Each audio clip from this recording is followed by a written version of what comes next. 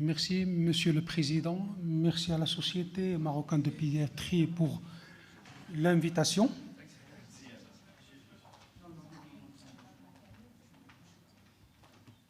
Rapidement, sur le plan classification, on parle de traumatisme crânien léger quand vous avez un score de Glasgow entre 13 et 15. Modéré quand le score de Glasgow est entre 9 à 12. Et c'est sévère ou grave quand le score de Glasgow est à 9.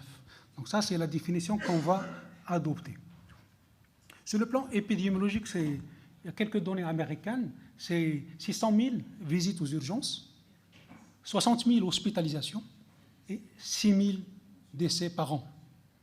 C'est heureusement 80% c'est léger, 10% c'est grave et 10% c'est modéré. Chez les enfants d'âge préscolaire, souvent c'est les chutes et les défenestrations. Par contre, chez les enfants un peu plus grands, c'est les chocs entre piétons et véhicules légers. Chez les adolescents, pareil que chez l'adulte. Chez les enfants de 5 à 15 ans, le pronostic il est meilleur que l'adulte. Par contre, chez les enfants moins de 2 ans, et en particulier chez les enfants moins d'1 an, le pronostic est le plus sombre.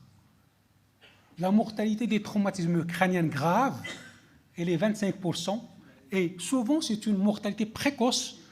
50% de mortalité, c'est les 12 premières heures, et la cause principalement, c'est neurologique, les engagements. Ça, c'est quelques données locales de services de réanimation pédiatrique. Un travail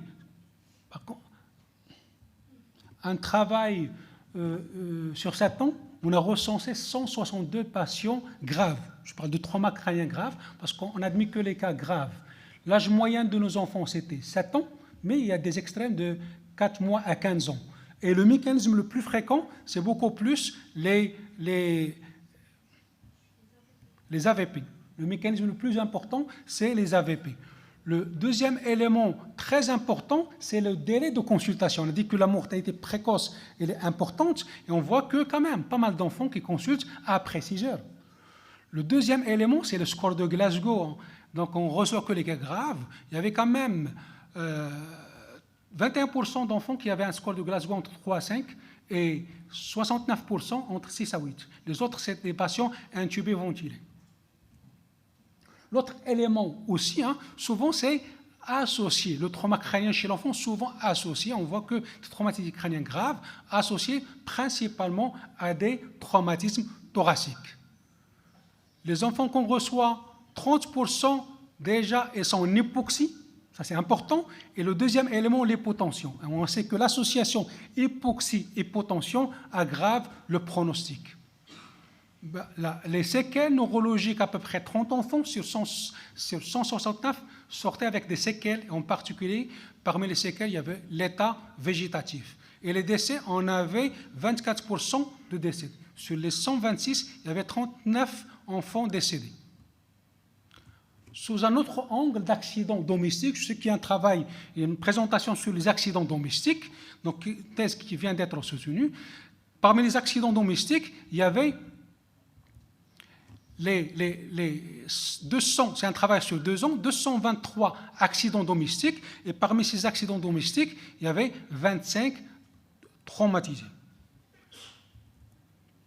Et parmi les traumatisés, il y avait principalement les traumatisés crâniens. 88% d'accidents domestiques parmi les traumatisés, c'était des traumatismes crâniens. On comprend que parmi les causes, bien sûr, c'est sans véhicule, l'utilisation du téléphone, parfois les accidents domestiques. Donc il y a souvent à Marrakech une des causes, les chutes des escaliers, mais il y avait des maisons sans garde-corps. Souvent, c'est ça. Et même cette garde-corps, est-ce que c'est logique de mettre des barres comme ça horizontales ou il faut mettre les barres verticales? Ça, c'est dangereux comme garde-corps. Puis après, un des accidents domestiques, c'est en milieu rural, c'était les chutes des lieux élevés, notamment les chutes de falaises. Et puis après, maintenant, l'actualité, c'est les trottinettes.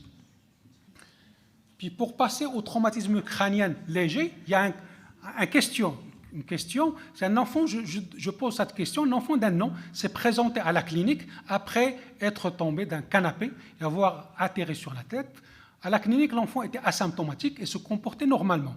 Cet enfant a besoin d'une imagerie. Si oui, est-ce qu'il faut faire une radio du crâne ou un scanner? À votre avis, rapidement, quelle est votre conduite? Surveillance à domicile, à l'hôpital? À domicile. Je suis d'accord. Donc finalement, on aborde maintenant le traumatisme crânien bénin. Le traumatisme crânien bénin, par définition, c'est 13 à 15e. Le danger de traumatisme crânien bénin, 10% ont des lésions intracrâniennes. Même si c'est 13-15e, 10% ont des lésions intracrâniennes. Et 1% nécessite une intervention chirurgicale. Donc on a besoin quand même d'un moyen pour trier ces patients. Parmi ces moyens, il y a plusieurs. Il y a ce qu'on appelle le catch, il y a le chalice, il y a le PECARN. Donc PECARN, c'est un travail américain qui permet quand même de trier les patients avec une bonne sensibilité qui peut-être qui se rapproche à 100%. C'est très simple. Là aussi, l'algorithme, on voit, est-ce que l'enfant a un score de Glasgow qui n'est pas clean, 13 à 14, où il y a des signes d'altération de conscience. Dans ce cas, on ne discute pas. C'est le scanner cérébral. Par contre, si on est devant un enfant qui est à 15, score normal, on voit l'âge. Le deuxième élément de raisonnement, c'est l'âge. Quand vous avez un enfant à un âge moins 2 et il y a un haut risque de lésion intracérébrale, c'est-à-dire il y a des signes cliniques d'embarrure, s'il y a des signes cliniques, c'est le scanner.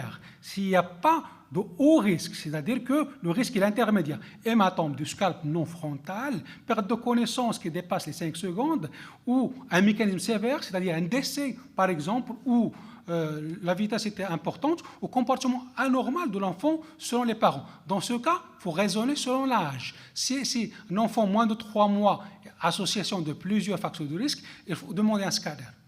S'il n'y a pas de risque intermédiaire, dans ce cas, il n'y a rien, c'est faible. Dans ce cas, c'est selon l'âge. Si c'est moins de 3 mois, on ne fait rien. Par contre, toujours quand c'est petit, donc c'est moins de 3 mois, on ne fait rien et on surveille à domicile.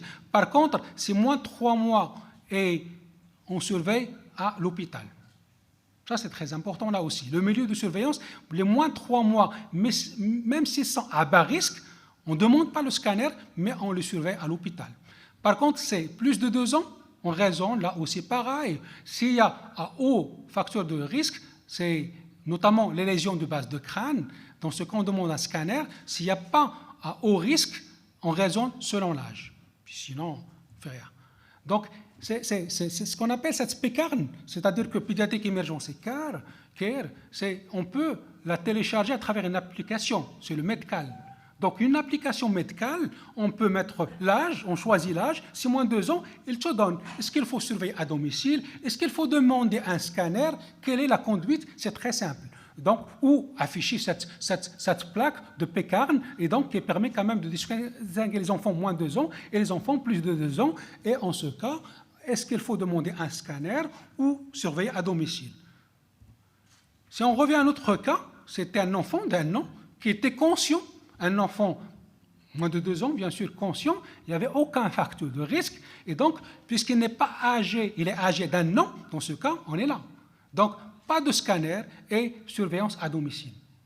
Par contre, si c'est notre enfant, il avait 2 mois, donc il fallait hospitaliser, mais sans scanner. L'hospitalisation, 24 à 48 heures, parce que s'il y a des lésions, c'est en général pendant les 6 premières heures. Les lésions de base de crâne, comme je viens de voir pour les enfants de 2 ans, c'est parfois les ecchymoses palpebrales, ce qu'on appelle les canaux de fusil, ou les hémotympans. Si il faut examiner le tympan, parfois derrière l'oreille. De la base du crâne. Un autre élément maintenant, c'est ce qu'on appelle le protéine S sans bêta.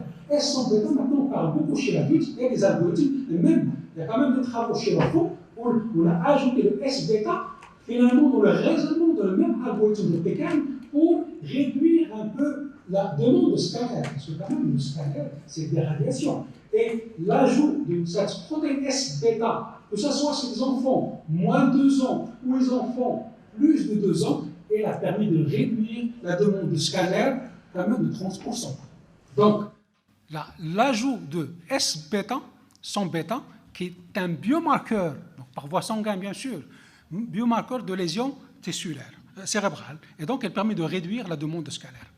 Le deuxième élément, c'est le traumatisme crânien modéré, c'est-à-dire quand le Glasgow est à 9/12.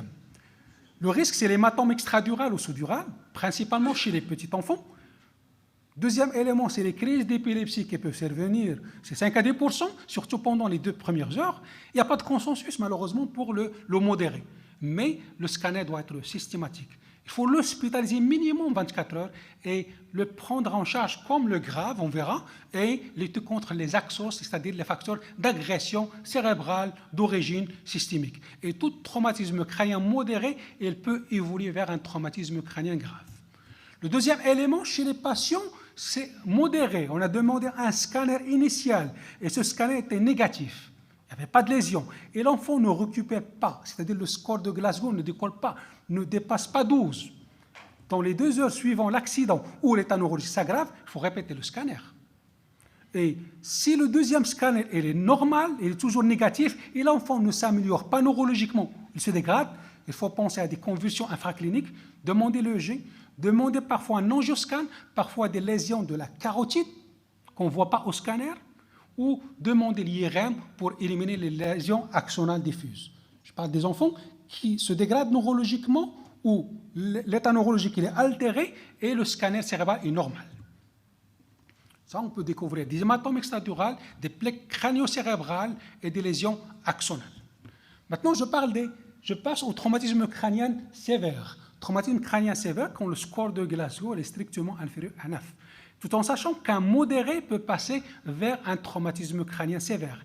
Et les enfants font rapidement de l'œdème, ce qu'on appelle le brain swelling, beaucoup d'œdème, et c'est pour cette raison qu'on dit que les enfants meurent en parlant, parce qu'ils font parfois une poussée d'œdème et ils peuvent engager, donc il faut être vigilant pour ces enfants.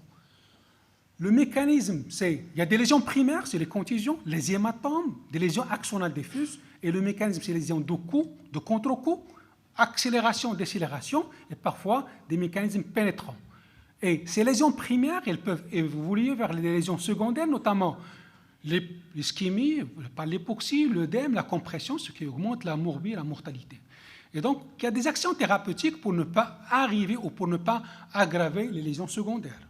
Pour cela, on a un certain nombre de principes de connaître la différence entre l'enfant et l'adulte.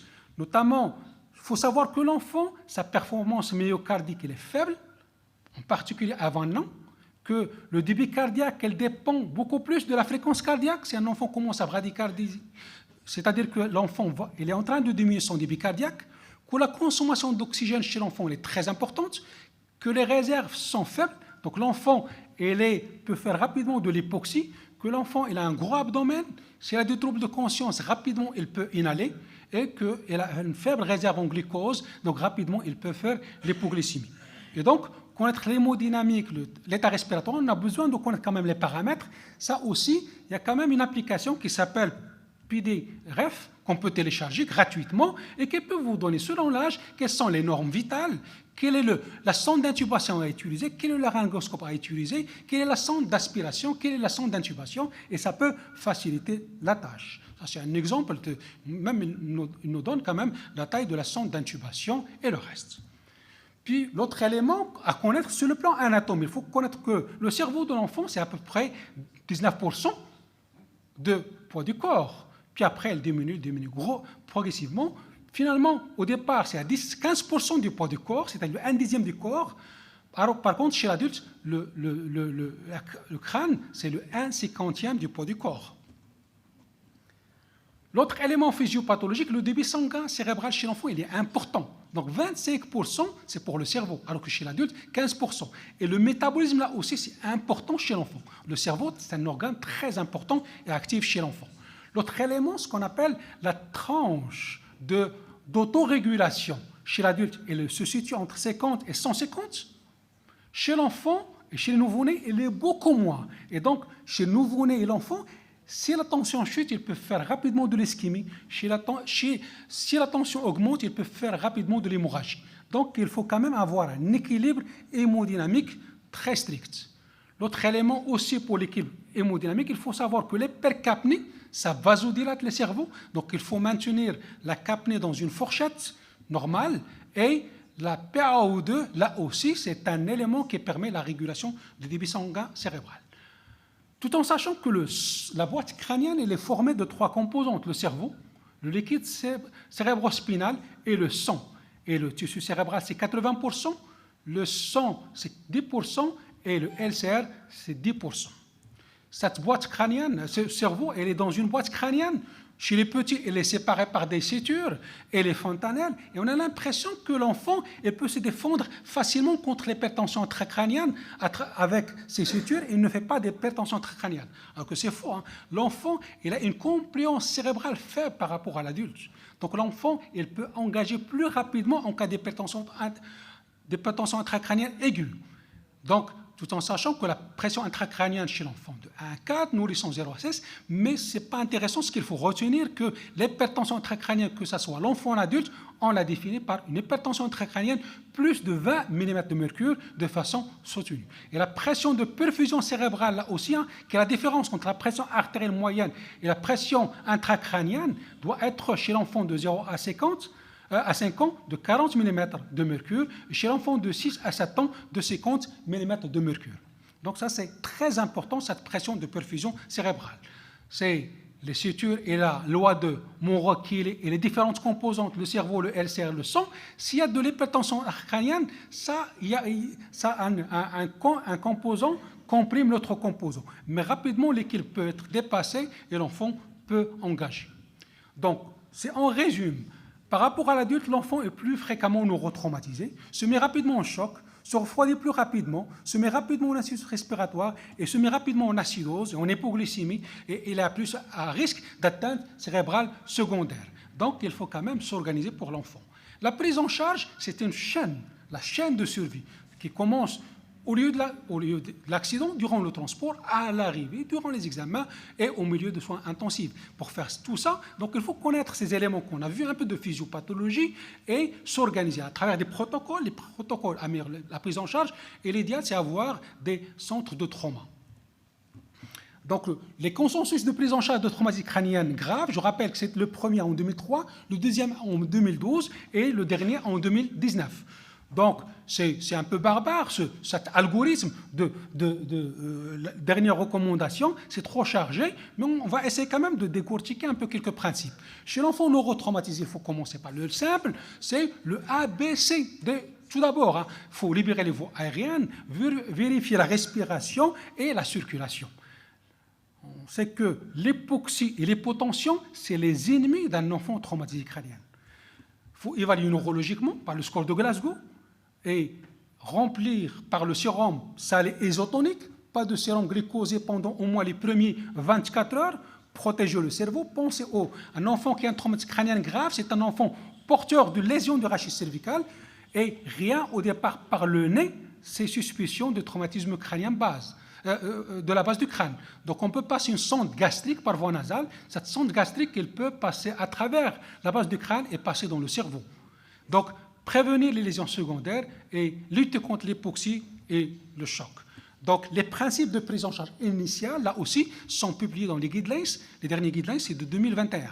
Le score de Glasgow est un score de Glasgow adapté à l'enfant. Et si on a oublié ce score de Glasgow, il y a ce qu'on appelle le AVPI, le Alert, V-Voice, P-Pain et U-A responsive. Donc, les critères d'intubation, c'est vrai, on dit que plus de 8, score de Glasgow moins inférieur ou égal à 8, il faut intuber, mais nous, on n'adopte pas ça. Pour nous, on intube, c'est le score de Glasgow inférieur ou égal à 10, c'est l'enfant qui a une anisocorie, c'est l'enfant qui a une apnée, c'est l'enfant qui a de l'hypercapnie ou l'enfant est polypnique.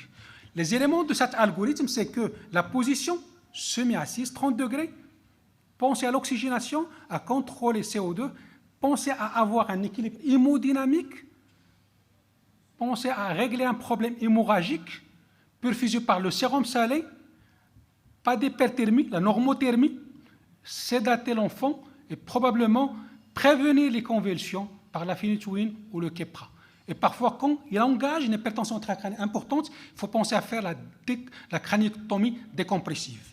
Quand il y a un risque d'engagement, quand l'hypertension est réfractaire, donc, il y a quand même beaucoup de traitements à faire, notamment dans ce cas, c'est les barbituriques, l'hypothermie qui devient importante, et bien sûr, les monitorages, il y a la pression intracrânienne, D'autres monitorages de Doppler transcrânien, c'est très important là aussi chez l'enfant. Ça, on le pratique de façon presque fréquemment en réanimation. Les deux éléments qui orientent vers l'état d'engagement, c'est l'index de pulsatilité qui dépasse le 1,3. Le NIRS, ça peut aider. Et l'hypothermie, à travers plusieurs études, l'hypothermie thérapeutique, 32 à 34, c'est inutile chez l'enfant, sauf si l'enfant est en hypertension intracrânienne réfractaire. Le traumatisme thoracique, c'est fréquent l'association, et ça, on parle d'avoir une normoxie, une capnée normale. Chez le traumatisme crânien, c'est difficile. Là aussi, c'est un vrai challenge entre gérer un traumatisme crânien avec un traumatisme thoracique. Je vais rapidement passer les chicken baby ou abusif head trauma. Malheureusement, c'est fréquent ailleurs, mais dans notre contexte, on ne les voit pas. C'est beaucoup plus probablement, c'est les coups de fesses, les claques de fesses. Honnêtement, je ne vois pas beaucoup, j'ai aucune expérience concernant le abusif head trauma. Les simulations, ça peut... Pardon? Oui. Maintenant, en anglais, on l'appelle AHT, parce que c'est un peu plus vaste. La simulation, les scénarios de simulation, ça peut aider. Et le devenir, les conséquences, il y a plusieurs travaux qui sont effectués sur les conséquences, notamment sur le plan biologique. Les enfants après un traumatisme crânien, même modéré, ça peut se compliquer de fatigue, troubles cognitifs, émotionnels. Donc il y a un changement de comportement, il y a un travail à faire. J'ai un film, mais je n'ai pas le temps. En conclusion, la connaissance des outils de décision, notamment le PECARN pour les traumatismes crâniens légers, des guidelines pour le traumatisme crânien modéré ou sévère, et l'objectif dans le futur, c'est associer cette non-réanimation à la stratégie de manipulation ou à l'échelon cellulaire, et afin de favoriser probablement la régénération et la réadaptation. Et je vous remercie.